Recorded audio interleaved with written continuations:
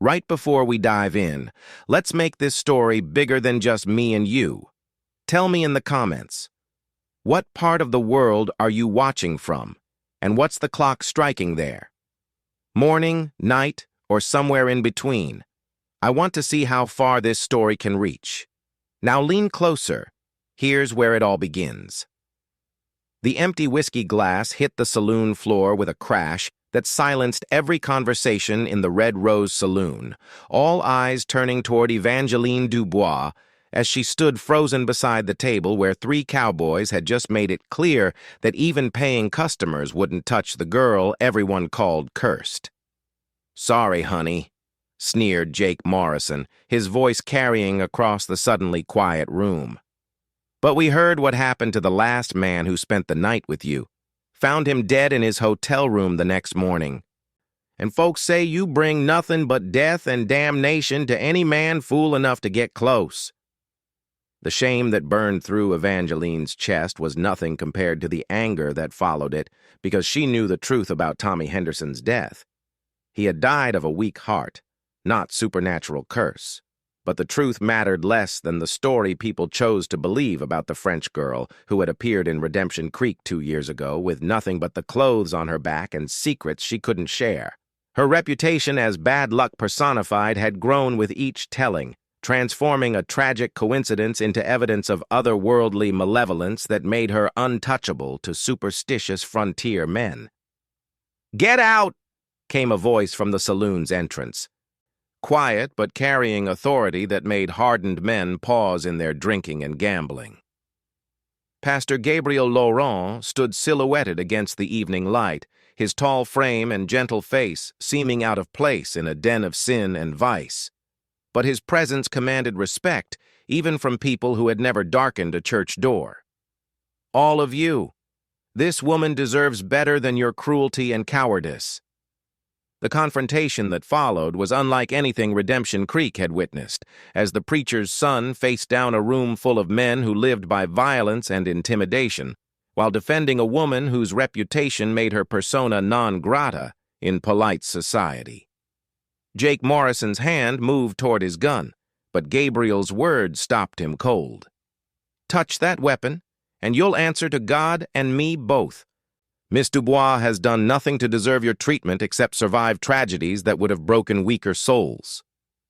But even as the cowboys backed down from a fight with a man of God, Evangeline found herself staring at Gabriel with confusion and disbelief that anyone would risk their reputation to defend someone whose very presence brought scandal and whispered accusations. "Why?" she whispered as the saloon slowly emptied around them, her voice carrying years of pain and isolation.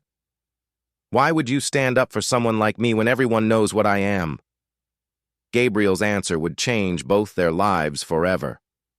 "Because I see who you really are beneath the lies they tell about you, and you're worth fighting for." 3 years earlier, Evangeline Beaumont had been the pride of New Orleans society, her beauty and intelligence making her the most sought-after young woman in Louisiana, until the night when everything she had ever known was destroyed by forces beyond her control or understanding.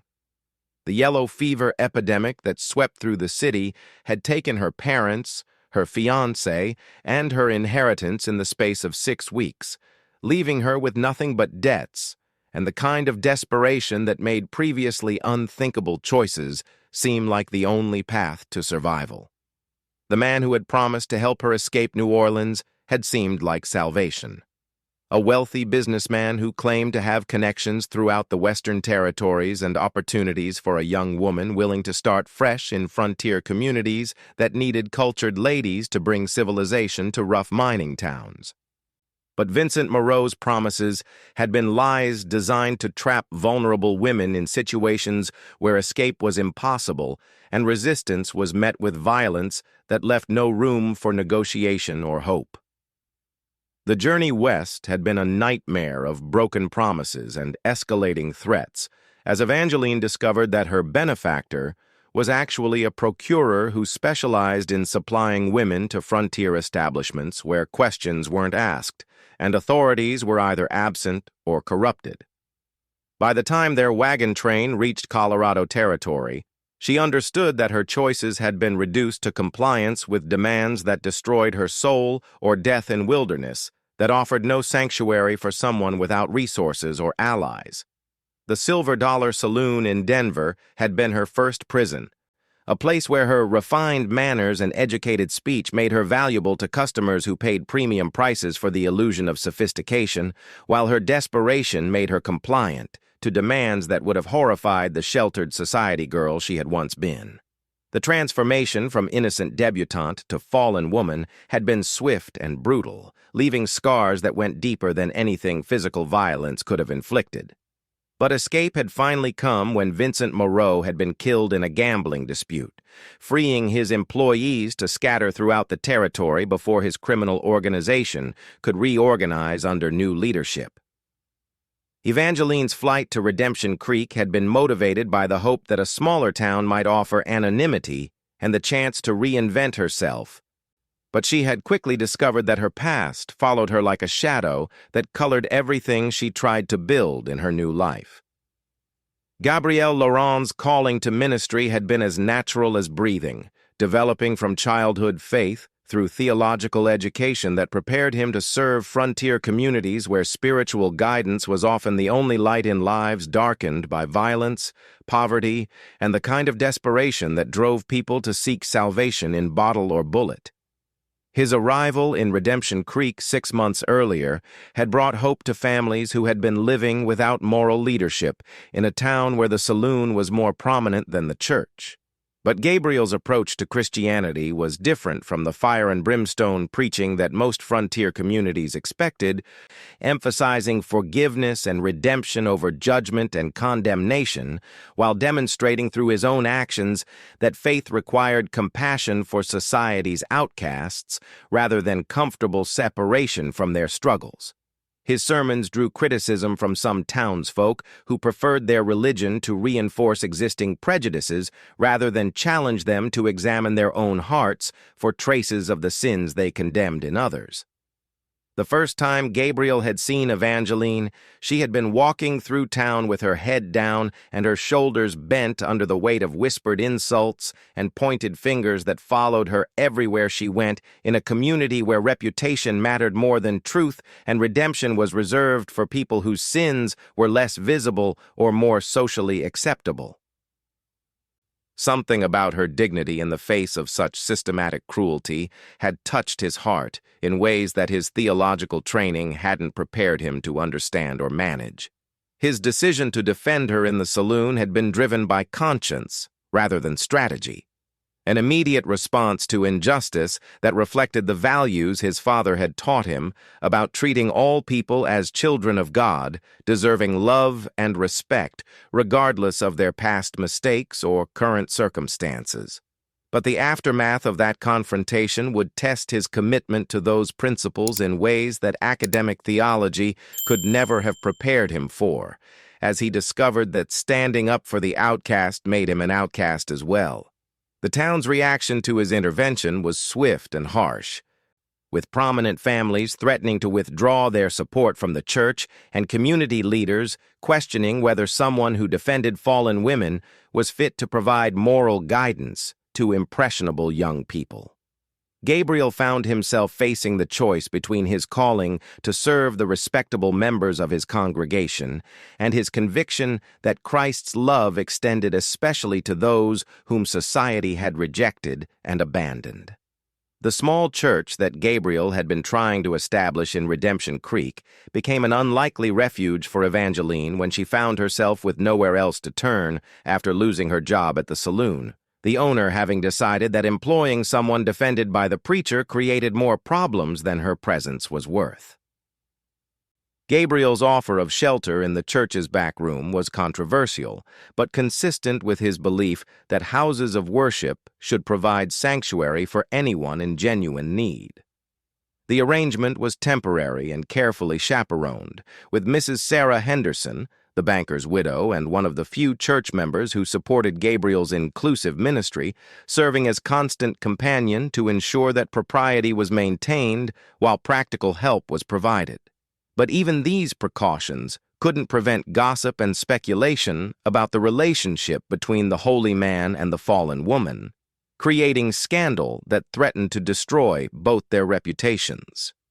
Evangeline's gratitude for Gabriel's help was complicated by her awareness of the cost he was paying for his kindness, as she watched congregation members leave in protest while community leaders organized efforts to have him removed from his position before his corrupting influence could spread to impressionable young people.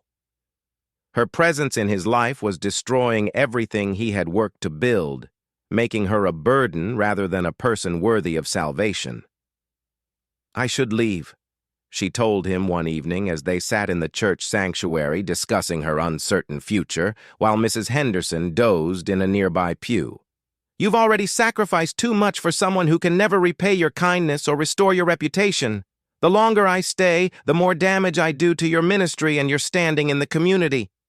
But Gabriel's response revealed depths of commitment that went beyond simple charity or professional obligation. "You're not going anywhere," he said with quiet determination that brooked no argument. "This church exists to provide hope for people who have lost everything, and you need that hope more than anyone I've ever met. If my congregation can't understand that Christ's love extends to everyone, especially those whom society has rejected, then perhaps they need a different preacher, or I need a different congregation." The courage it took for him to risk his calling for her sake was both humbling and terrifying, because it suggested that their relationship had become more important to him than his own future. The daily routine that developed around Evangeline's residence in the church created opportunities for conversation and shared work that gradually broke down the barriers between them, revealing personalities and values that transcended the social categories that had defined their previous interactions. Gabriel discovered that beneath her damaged reputation was a woman of intelligence and sensitivity, whose fall from grace had been caused by circumstances rather than character flaws, while Evangeline found herself drawn to a man whose faith was strong enough to see past her tainted history.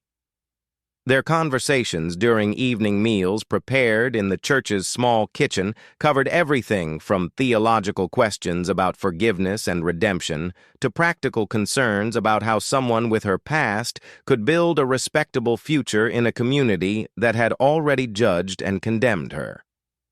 Gabriel's insights into human nature and divine grace provided comfort that Evangeline had never expected to find in religious doctrine, while her questions challenged him to examine the practical applications of beliefs he had previously understood only in abstract terms. The work they shared in maintaining the church and preparing for services created a domestic intimacy that was both innocent and profound, as they learned to anticipate each other's needs and preferences while cooperating in tasks that served a higher purpose than their individual comfort or convenience. The sight of Evangeline arranging flowers for Sunday service or mending tears in altar cloths moved Gabriel in ways that had nothing to do with religious devotion and everything to do with growing affection for a woman whose presence made everything in his life seem more meaningful.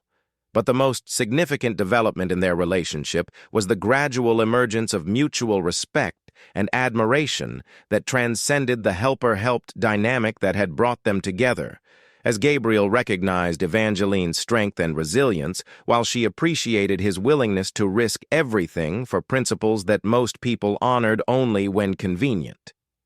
Their evening conversations became the highlight of both their days, offering intellectual and emotional connection that neither had experienced before. The first time Gabriel took her hand was during a moment of shared prayer, when Evangeline's tears over her lost family and destroyed dreams moved him to offer comfort that went beyond words, his touch gentle and reverent, as if he were handling something precious and fragile. The electricity that passed between them in that moment was both spiritual and physical, acknowledging attraction that neither had dared to name, but both had begun to feel despite the impossibility of their situation.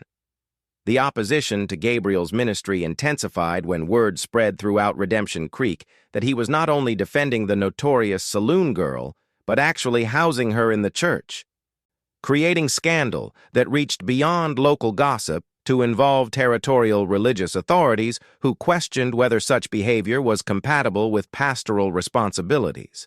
The letters and visits from concerned denominational leaders forced Gabriel to defend his actions in terms of Christian duty while privately acknowledging that his feelings for Evangeline had evolved beyond simple charity.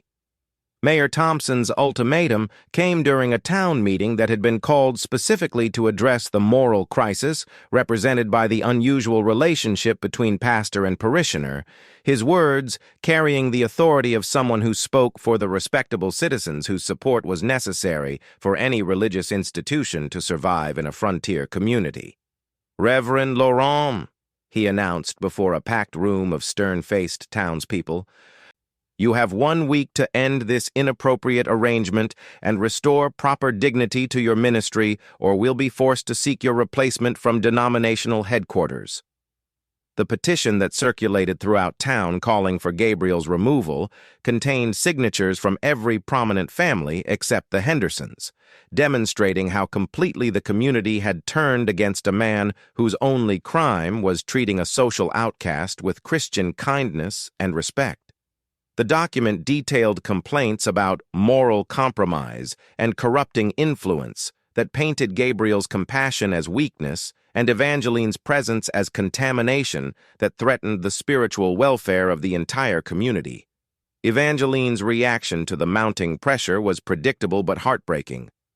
As she prepared to leave Redemption Creek rather than allow her presence to destroy Gabriel's career and calling, her decision motivated by love rather than cowardice, but devastating in its implications for both their futures.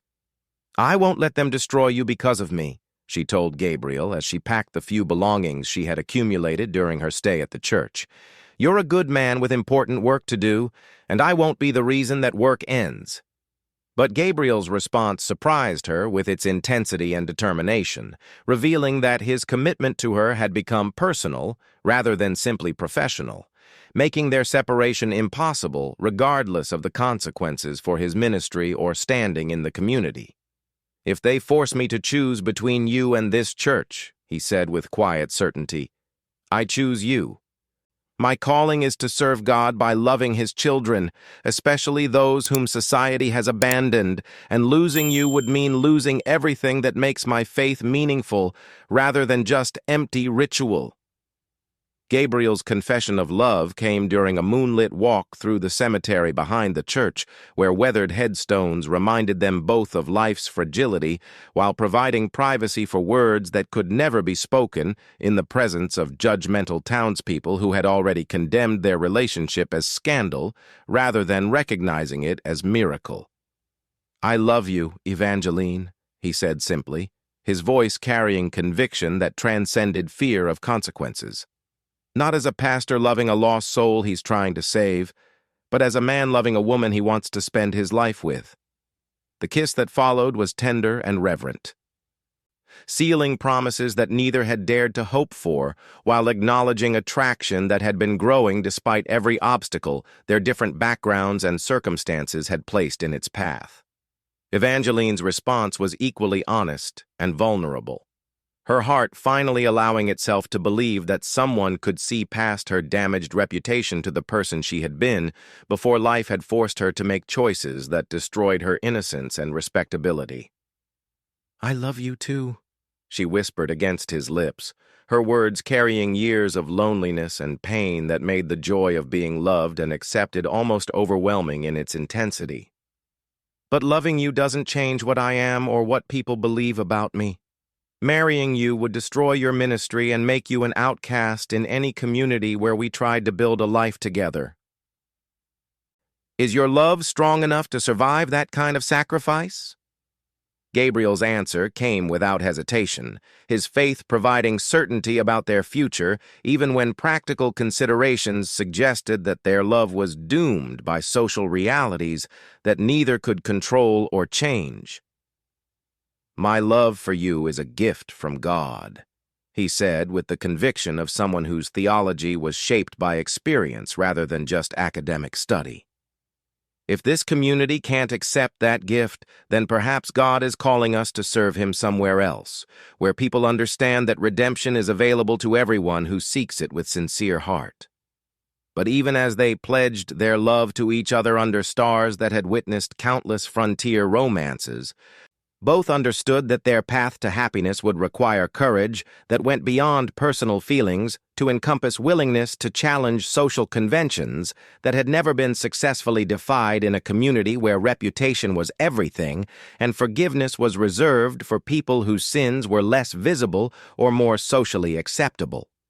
Gabriel's decision to propose marriage was announced not through private conversation, but through a public sermon that challenged his congregation to examine their own hearts for the kind of judgmental attitudes that Christ had condemned while demonstrating divine grace through his commitment to a woman whom society had written off as irredeemable. "Today I want to speak about love," he began from the pulpit, his voice carrying to every corner of the small church where Evangeline sat in the back row surrounded by hostile stares and whispered condemnations.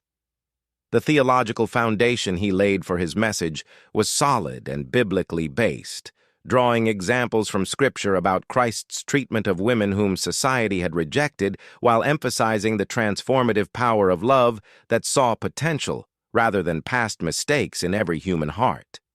But when he transitioned from general principles to personal application, the shock that rippled through the congregation was almost audible as people realized what they were witnessing. "Evangeline Dubois," Gabriel said, his eyes finding hers across the room filled with people who had spent months trying to drive her away from their community. "You are the most courageous, intelligent, and beautiful woman I have ever known, and I would be honored if you would consent to be my wife." The proposal spoken from a pulpit was unprecedented in Redemption Creek's history, creating scandal that would be talked about for generations while demonstrating Gabriel's willingness to risk everything for love. The silence that followed his proposal was broken by the sound of people walking out of the church in protest, their departure marking the end of Gabriel's ministry in Redemption Creek, while also clearing the space for Evangeline to respond to an offer that promised love and acceptance, but also guaranteed continued exile from respectable society. Her walk down the aisle toward the man who had just sacrificed his career for her was the longest and most courageous journey of her life. "Yes," she said simply when she reached the pulpit where Gabriel waited with hope and determination shining in his eyes, her acceptance sealing their commitment to each other while acknowledging that their future would be built on love rather than social approval or financial security. The kiss they shared before the few remaining witnesses was both celebration and defiance, marking the beginning of a partnership that would prove love really could conquer the prejudices that kept good people apart. The announcement of their engagement created division in Redemption Creek that went beyond religious disagreement to encompass fundamental questions about morality, redemption, and the kind of community people wanted to build in the Colorado wilderness. Supporters of the match were few but vocal, led by Mrs. O. Henderson and other church members who believed that Christian love should triumph over social prejudice, while opponents organized protests that bordered on mob action in their intensity and scope. The wedding preparations took place under constant scrutiny and harassment from townspeople who seemed determined to prevent the ceremony through intimidation and social pressure that made every aspect of planning an ordeal for both bride and groom. The seamstress, who had agreed to make Evangeline's dress, received threatening visits from customers who promised to take their business elsewhere, while the hotel owner who had offered to host the reception found his establishment boycotted by prominent families. Gabriel's denominational superiors arrived in town with authority to remove him from his position if he proceeded with marriage plans that brought scandal to the church, their ultimatum forcing him to choose between his calling as he had understood it and his commitment to the woman he loved. The meeting with church officials was cordial but firm, with bureaucrats who had never served frontier communities explaining why Gabriel's actions were incompatible with ministerial responsibility and community leadership. Reverend Laurent, explained Bishop Morrison, a politician in clerical clothing whose primary concern was institutional reputation rather than individual salvation.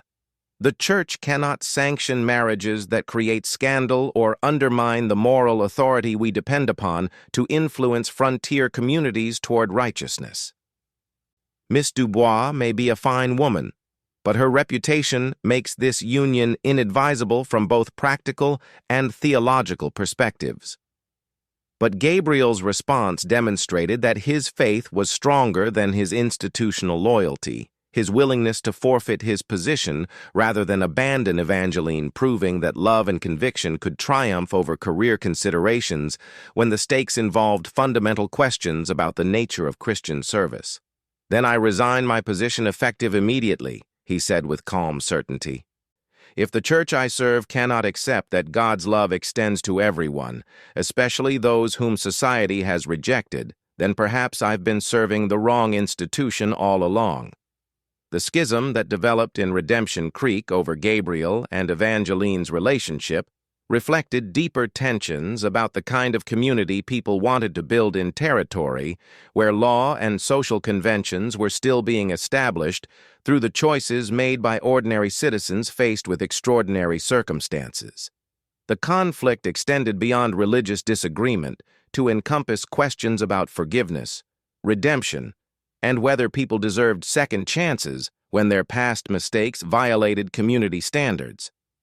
The families who supported the couple found themselves ostracized by neighbors and business associates who viewed tolerance of the inappropriate relationship as moral compromise that threatened the respectability they were trying to establish in a frontier town that aspired to civilized status.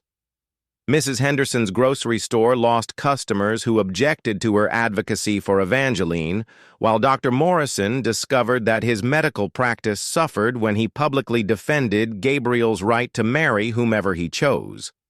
But the opposition's tactics escalated beyond social pressure to include vandalism and threats that suggested some community members were willing to use violence to prevent a wedding they viewed as contamination of their moral environment.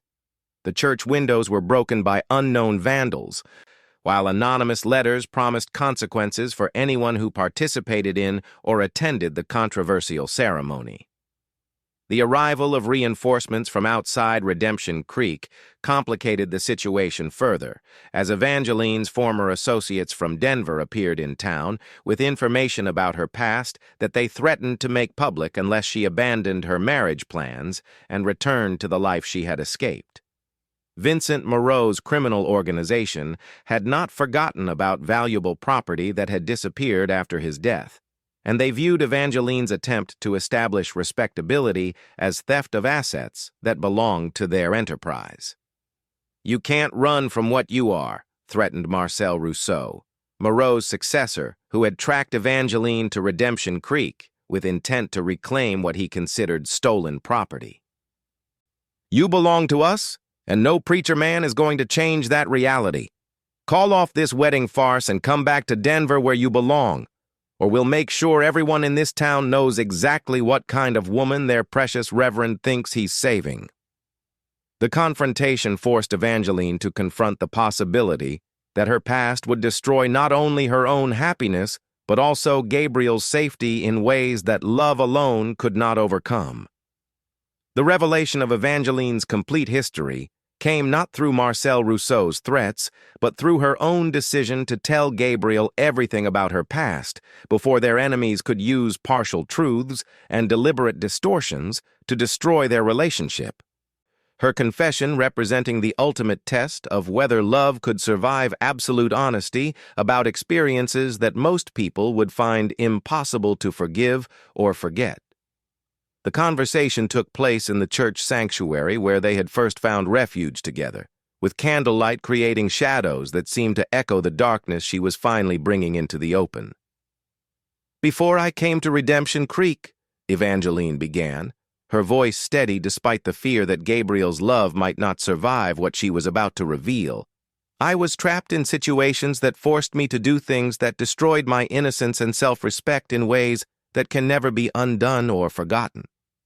The men who are threatening us now owned me in every sense that mattered, and they believe they still have the right to control my life and my choices." Gabriel's reaction to her detailed account of life in Denver's criminal underworld was everything she had hoped for and feared to expect. Compassion without condescension, understanding without judgment, and love that was strengthened rather than weakened by knowledge of what she had endured to survive circumstances that would have destroyed weaker people. His response came not through words but through actions, as he took her hands and held them while she finished her confession. "You survived," he said simply when her story was complete, his voice carrying admiration rather than pity for someone whose courage had been tested in ways that few people could imagine. "You did whatever was necessary to stay alive in situations where death would have been easier than endurance, and then you found the strength to escape and build something better from the wreckage of your previous life. That takes a kind of bravery that I've never had to demonstrate." But even as Gabriel's acceptance of her past removed the final barriers between them, both understood that Rousseau's threats represented danger that went beyond social disapproval to encompass violence that could destroy not only their wedding plans, but their lives if they failed to find effective protection against enemies who viewed murder as a business expense rather than moral catastrophe. "We need help," Gabriel admitted, as they planned their response to threats that were beyond their ability to handle alone. "But in a town where most people want us to fail, finding allies who are willing to risk their own safety for our cause won't be easy." The first ally to emerge from Redemption Creek's divided population was Sheriff Tom Bradford, a lawman whose commitment to justice transcended personal opinions about morality and reputation, his professional duty requiring him to protect citizens regardless of their social standing or past mistakes. His visit to the church came after reports of threats and vandalism had reached his office, his presence representing official authority that Marcel Rousseau and his associates would have to consider before escalating their intimidation tactics. "Reverend Laurent, Miss Dubois," Sheriff Bradford said as he examined evidence of the harassment they had been enduring, his weathered face showing concern for their safety, while his questions revealed understanding of the criminal elements they were facing. "I've had dealings with Rousseau's organization in Denver, and they're not the kind of people who make empty threats. If you're determined to go through with this wedding, we need to discuss security measures that will protect you and any guests brave enough to attend." The sheriff's support encouraged other community members who had been sympathetic but silent to step forward with offers of assistance that demonstrated how the conflict had created opportunities for moral courage, alongside expressions of prejudice and fear. Dr. Morrison volunteered his medical services for the wedding day, while the hotel owner reconsidered his decision to cancel the reception when he realized that lawful authority supported the couple's right to marry despite community opposition.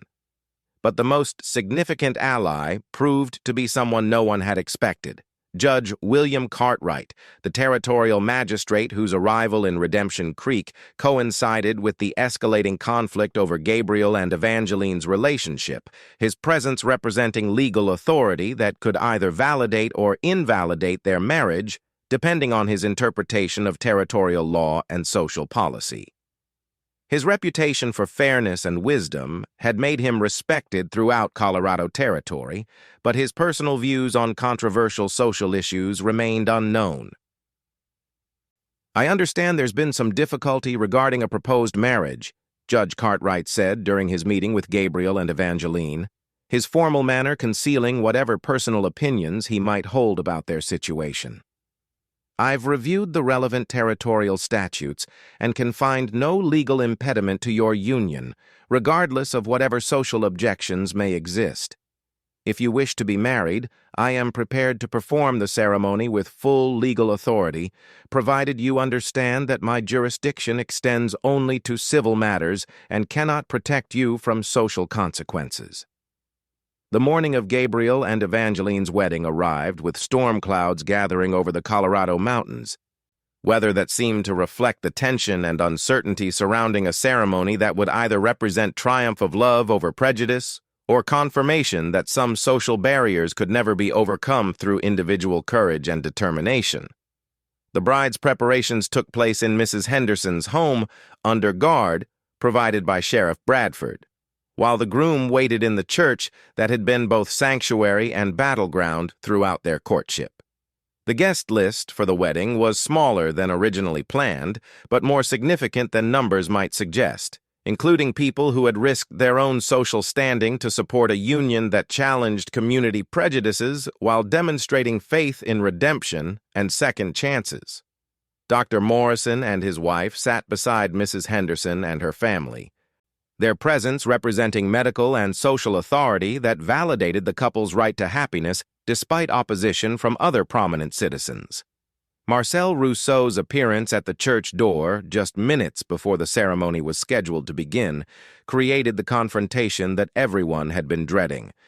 His presence, backed by armed men who clearly intended to prevent the wedding, through whatever means proved necessary. "Last chance, Evangeline," he called out for everyone to hear. "Walk away from this charade now, or face consequences that will destroy more than just your wedding day dreams."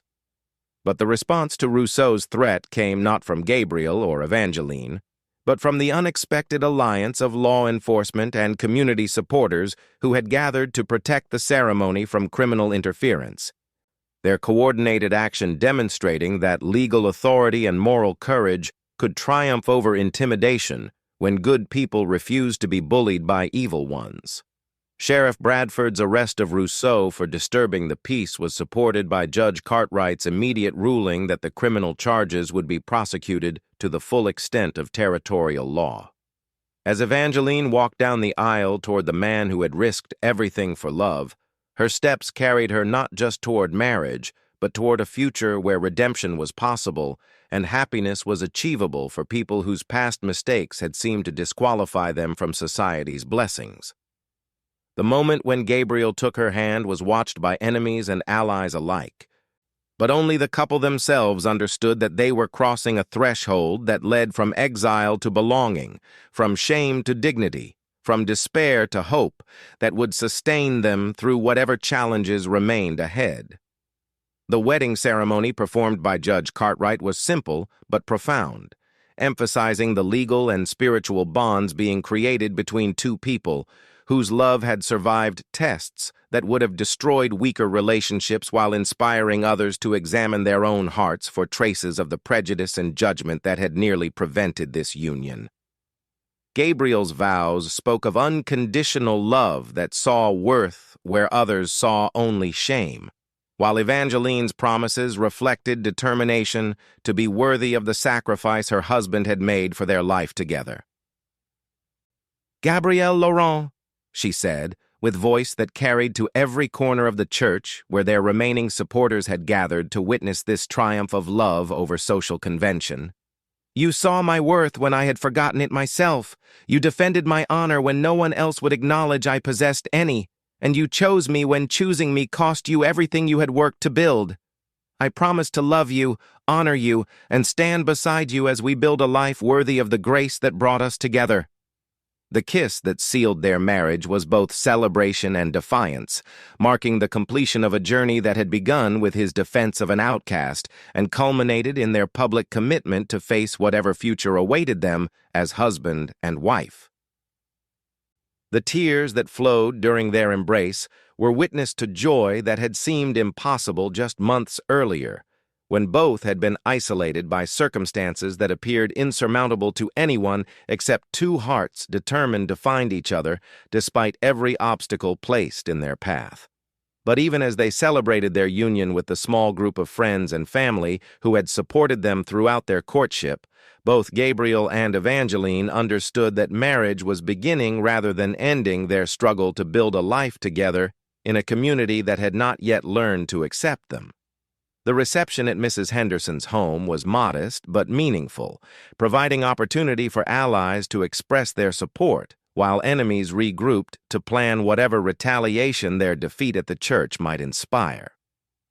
The most emotional moment of the reception came when Dr. Morrison stood to offer a toast that challenged everyone present to consider what they had witnessed and what it meant for their community's future development. Today we've seen love triumph over hatred, courage overcome fear, and faith prove stronger than prejudice, he said, raising his glass toward the newlyweds. Gabriel and Evangeline have shown us that redemption is possible for anyone brave enough to seek it and generous enough to offer it.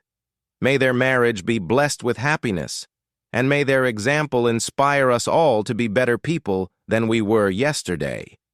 The honeymoon period following Gabriel and Evangeline's marriage was complicated by practical necessities that reflected their changed circumstances, as Gabriel's resignation from his pastoral position had left them without income or housing, while also making them unwelcome in many of the establishments where they might have sought temporary lodging. But Sheriff Bradford's offer of the deputy position provided both steady employment and official authority that would help protect them from further harassment by enemies who might be tempted to continue their intimidation campaign. Evangeline's adjustment to married life was eased by her husband's patient understanding of the emotional scars left by her experiences in Denver, his gentle approach to intimacy allowing her to rediscover trust and affection that she had thought permanently destroyed by violence and exploitation. The small cabin they rented on the outskirts of town provided privacy for healing while keeping them close enough to allies who had proven their loyalty during the difficult courtship period.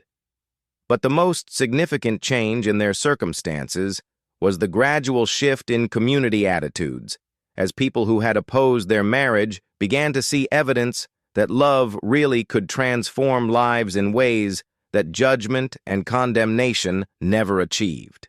Gabriel's work as deputy sheriff demonstrated competence and integrity that earned respect from citizens who had questioned his fitness for leadership, while Evangeline's volunteer work with the church and community organizations showed character that contradicted the assumptions people had made about her past. The first family to invite them for Sunday dinner was the Hendersons, whose gesture of acceptance encouraged other community members to reconsider their positions on a couple whose marriage had survived every test that opposition could devise. Dr. Morrison's wife began including Evangeline in ladies' auxiliary meetings, while the hotel owner apologized for his earlier refusal to host their reception and offered to make amends through future business relationships.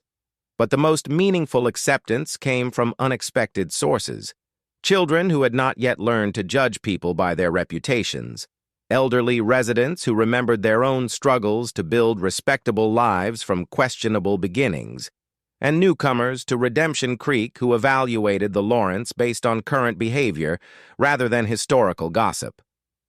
"People are starting to see us as we really are," Evangeline observed as they walked home from church one Sunday morning, rather than as the stories they told themselves about who we must be based on what they thought they knew about our past.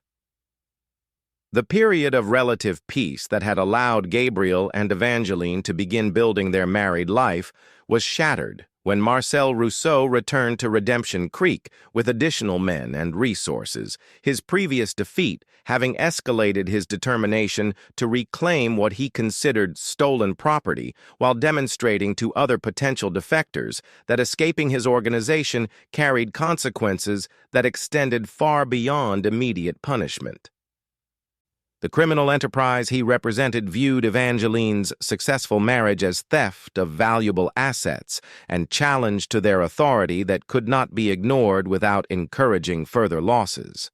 The new threats were more sophisticated and dangerous than previous intimidation attempts, involving surveillance of the couple's daily routines and systematic harassment of anyone who had supported their marriage. creating atmosphere of fear that began to erode the community support they had worked so hard to build. Rousseau's men were professionals who understood how to create maximum psychological pressure while avoiding direct confrontation with law enforcement that might result in arrests or legal complications. Sheriff Bradford's investigation of the renewed criminal activity revealed connections between Rousseau's organization and corrupt officials in territorial government who provided protection for illegal enterprises in exchange for shares of profits generated through prostitution, gambling, and other vice operations that flourished in frontier communities where law enforcement was weak or compromised. The scope of the conspiracy made local law enforcement inadequate to protect Gabriel and Evangeline from enemies who had resources and influence that extended far beyond Redemption Creek. "They're not just after you anymore," Sheriff Bradford warned during a meeting at the jail, where security concerns required careful precautions against eavesdropping or surveillance by criminal associates. "They're trying to destroy everyone who helped you, to send a message that defying their authority has consequences for entire communities. Mrs. Henderson's store was robbed last night. Dr. Morrison's medical supplies were contaminated with substances that could have killed his patients, and Judge Cartwright received threats against his family if he doesn't reverse his support for your marriage." The realization that their happiness was endangering innocent people who had shown them kindness forced Gabriel and Evangeline to confront the possibility that protecting their allies might require sacrifices that would destroy the life they had fought so hard to build together. "Maybe we should leave," Evangeline suggested during one of their private conversations about the escalating danger. "If our presence is putting good people at risk, staying here becomes selfish rather than courageous. And I won't let others suffer for our happiness." Gabriel's response to Evangeline's suggestion that they flee Redemption Creek was immediate and uncompromising, his determination to stand and fight reflecting both personal courage and principled conviction that evil should not be allowed to triumph through intimidation of good people who had found the courage to do what was right despite personal risk. "We're not running," he declared with authority that surprised them both. "If we leave now, Rousseau wins and everyone who supported us learns that standing up for justice carries costs too high to pay. That's not the lesson I want to teach this community or the legacy I want to leave for future generations." The plan they developed with Sheriff Bradford and their remaining allies was audacious in its simplicity. Rather than waiting for Rousseau to escalate his attacks to the point where someone was killed, they would take the initiative by gathering evidence of his criminal activities and presenting it to federal authorities who had jurisdiction over territorial law enforcement corruption. The strategy required coordination between local law enforcement and federal marshals who could not be corrupted or intimidated by the same criminal network that had compromised other officials. Evangeline's role in gathering intelligence about Rousseau's operation drew on her previous experience with criminal organizations, while also providing her with opportunity to demonstrate that her past could be used to serve justice, rather than simply being source of shame and regret. Her ability to move through the criminal underworld without raising suspicion made her valuable asset in building the case that would either destroy their enemies or result in their own deaths if their activities were discovered.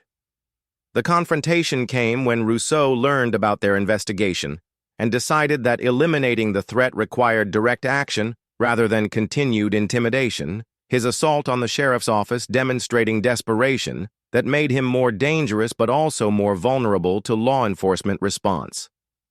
The gun battle that erupted in Redemption Creek's main street was brief but decisive, with federal marshals arriving just in time to provide reinforcement that turned the tide against criminal forces that had underestimated both local resistance and federal determination to clean up territorial corruption.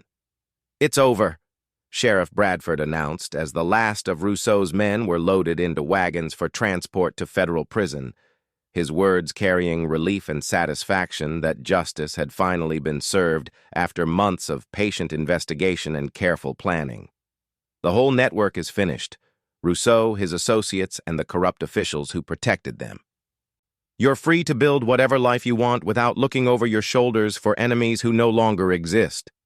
But even as they celebrated victory over forces that had threatened to destroy their happiness, Gabriel and Evangeline understood that their real triumph was not in defeating their enemies, but in proving that love could survive any test when it was supported by courage, faith, and community solidarity.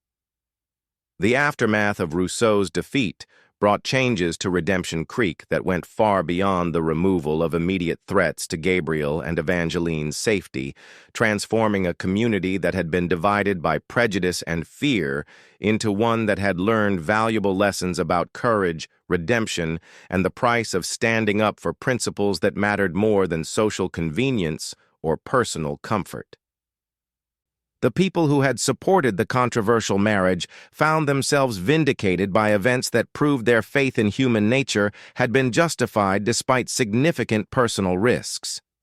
The church that Gabriel had been forced to leave began experiencing revival as community members who had witnessed the power of unconditional love decided they wanted to be part of an institution that practiced what it preached about forgiveness and second chances.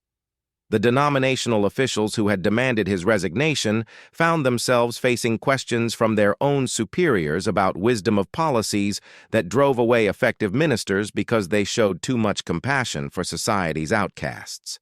Evangeline's transformation from community pariah to respected citizen was gradual but undeniable, as her volunteer work with charitable organizations and her husband's effective law enforcement demonstrated character that could not be dismissed or ignored by people who had previously judged her based on reputation rather than observed behavior. The women who had once crossed the street to avoid her began seeking her advice about family problems, while business owners who had refused her custom competed for her patronage.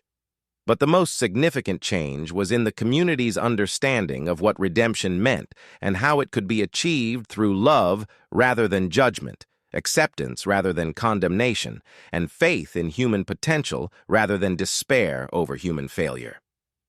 The couple whose marriage had once been viewed as scandal became example of what was possible when good people found the courage to see past surface appearances to underlying worth that society had overlooked or dismissed. "You've changed this town," Mrs. Henderson observed during one of the Sunday dinners that had become regular celebration of friendship and community solidarity.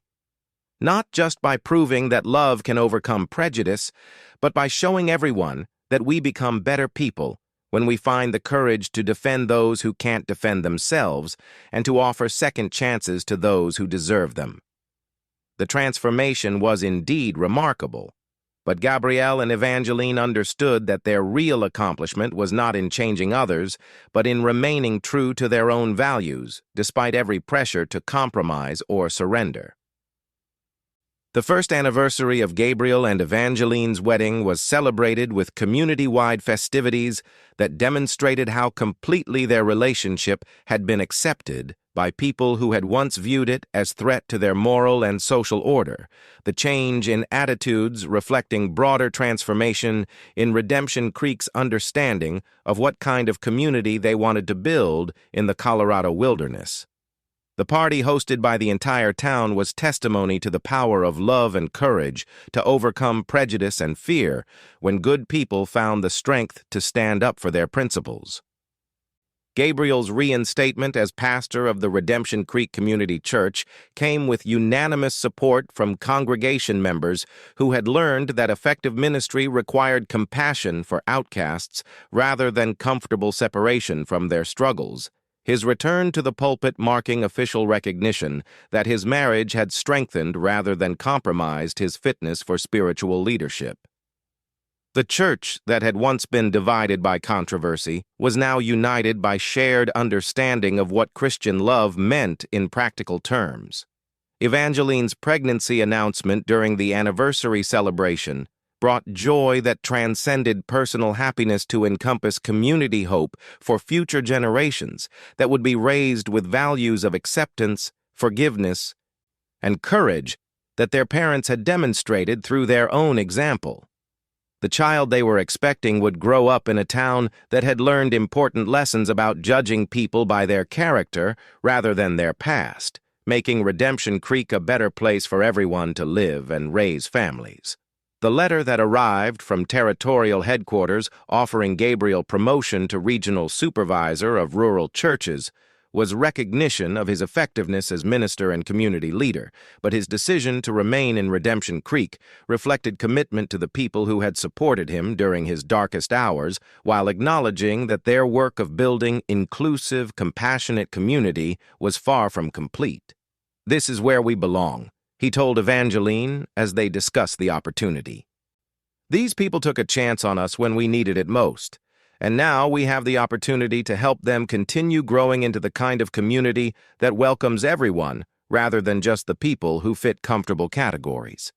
But the most meaningful recognition of their success came not through official acknowledgement or community celebration, but through quiet moments when they reflected on the journey that had brought them from isolation and despair to love and acceptance, understanding that their story would inspire others who faced similar challenges, while proving that happy endings were possible for people brave enough to fight for them. 5 years after the preacher's son had stood up to a room full of hostile men and declared that a fallen saloon girl was worth fighting for, Gabriel and Evangeline Laurent sat on the porch of their home watching their children play in the yard, where roses bloomed as testimony to the possibility that beauty could grow from the darkest soil when it was nurtured with love and patience. Their daughter, Marie, and son, Gabriel Jr., would grow up in a community that measured people by their character rather than their past, thanks to parents who had refused to accept that redemption was impossible or that love could not conquer prejudice.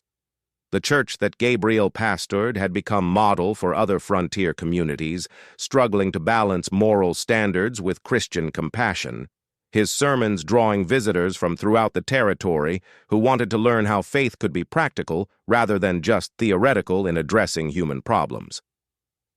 Evangeline's work with women who faced circumstances similar to those she had escaped made her recognized authority on redemption and second chances, her testimony more powerful than any theological argument about the transformative power of unconditional love. The memorial they had erected in the town square honored not just their own journey from despair to happiness, but all the people who had found the courage to support them when support required personal sacrifice and moral risk. The inscription read simply, "To those who choose love over fear, acceptance over judgment, and hope over despair, your courage transforms communities and saves lives." The words captured the essence of what their story had meant to Redemption Creek and what it could mean to anyone facing similar choices between safety and principle. But the most lasting legacy of their love story was not in monuments or institutional changes, but in the lives they had touched and the example they had set for future generations, about what was possible when two people found the courage to believe that their worth was not determined by their past, but by their capacity to love and be loved, despite every obstacle society placed in their path. Their marriage had proved that redemption was real, that second chances were possible, and that love really could conquer all when it was supported by faith, courage, and community commitment to justice over convenience.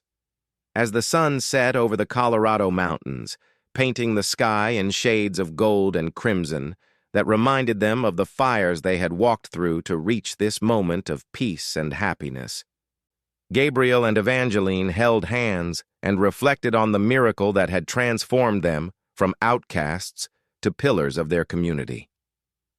"Do you ever regret it?" she asked, her voice carrying echoes of the uncertainty that had once characterized their relationship. "The risks you took, the price you paid, the battles you fought for someone everyone said wasn't worth saving?"